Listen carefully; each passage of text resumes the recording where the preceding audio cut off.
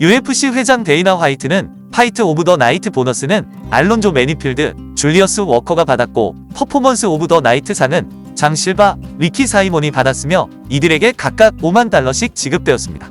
기록을 경신한 입장료 수익과 파이터의 움직임, 논란에 이르기까지 화이트는 UFC 내의 다양한 발전에 대해 심층적으로 언급했습니다. 화이트는 북미 파이트 나이트 이벤트에서 새로운 기록인 $384만 사상 최고 게이트 수익을 달성한 사건을 강조하며 기자회견을 시작했습니다. 경기장은 매진되었고 18,287명의 팬이 참석하여 UFC 이벤트의 인기가 높아지고 있음을 더욱 부각시켰습니다.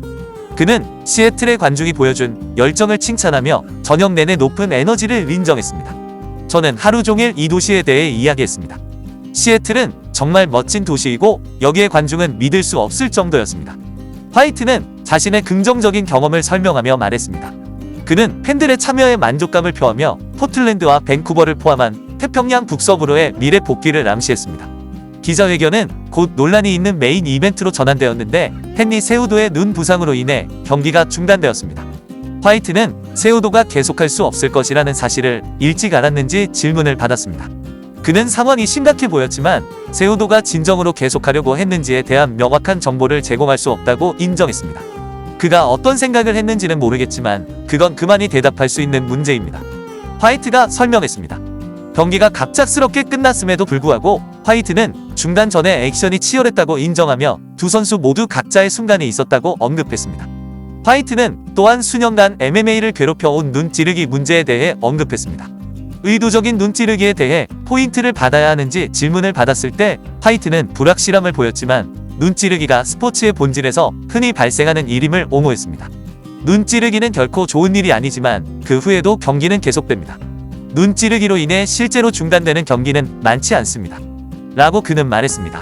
기자회견에서 가장 중요한 주제 중 하나는 전 패더급 챔피언인 일리아 토프리아가 라이트급 경력을 추구하기 위해 타이틀을 비우기로 결정했다는 발표였습니다. 화이트는 토프리아가 패더급에서 모든 것을 잃었다고 느낀 후 승급하기로 결정했다고 확인했습니다.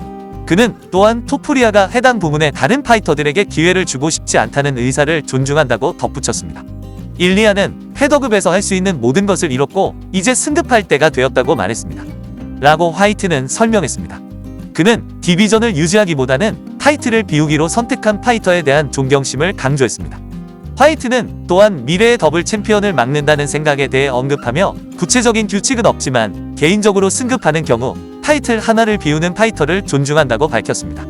그러나 파이터가 두 타이틀을 모두 방어하고 위대한 업적을 이룰 수 있다고 느낀다면 화이트는 그것에 문제가 없다고 생각합니다. 매치메이킹 논의는 기자회견의 또 다른 초점이었습니다.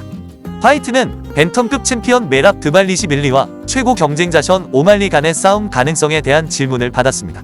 그는 팬들 사이에서 관심이 커지고 있다는 점을 언급하며 싸움이 가능하다고 확인했습니다. 또한 코리 샌드하겐과 벤텀급 디비전의 다른 떠오르는 스타들 간의 다가올 경기에 대한 흥분도 언급했습니다. UFC 315 공동 메인 이벤트 발렌티나 셰브첸코 vs 마논 피오르트 확정되었고 몬트리올에서 타이틀 매치로 장웨일리가 2명의 승자와 싸울 예정입니다. 그리고 더스틴 포이리의 싸움을 준비 중에 있습니다. 파이터들은 서로 싸우고 싶어하고 팬들은 그것을 보고 싶어합니다. 화이트는 벤텀급 디비전의 경쟁력이 매치메이킹 결정을 주도하고 있다고 말했습니다. 수많은 가능성에도 불구하고 화이트는 팬들이 원하는 것을 제공하고자 하며 파이터의 성과와 타이밍을 면밀히 살펴보고 있는 듯했습니다. 세우도와 송야둔 간의 재경기 가능성에 대한 질문을 받았을 때 화이트는 재빨리 그 아이디어를 일축하며 다시는 보고 싶지 않습니다. 라고 단언했습니다. 그는 눈 부상 전에는 치열한 싸움이었지만 재경기는 불가능하다고 분명히 했습니다. 앤서니 에르난데스와 제러드 캐노니어와 같은 미들급 선수들도 기자회견에서 논의되었습니다. 화이트는 에르난데스의 승률에 놀라움을 표하며 앨런을 상대로 거둔 승리를 큰 승리라고 언급했습니다. 또한 최근 큰 경기에서 승리한 캐노니어를 포함하여 미들급 부문에서 경쟁자가 늘어나고 있다는 점도 강조했습니다. 화이트는 이러한 선수들을 매치시키는데 어려움이 있음을 인정하며 그들 중 많은 선수가 연승 행진을 하고 있지만 부상과 타이밍 등 다양한 요소를 고려하여 다음 타이틀 도전자를 결정해야 한다고 말했습니다. 화이트는 디비전의 깊이에 대해 언급하며 말했습니다. 여러 경쟁자가 훌륭한 활약을 할 때 중요한 것은 타이밍과 다음에 어디로 갈 것인가입니다. 기자회견은 화이트가 벨라토르의 전설인 파트리시오 핏불의 최근 계약에 대해 논의하면서 마무리되었습니다. 그는 핏불이 UFC에서 야이르 로드리게스와 경쟁할 예정이라고 밝혔습니다.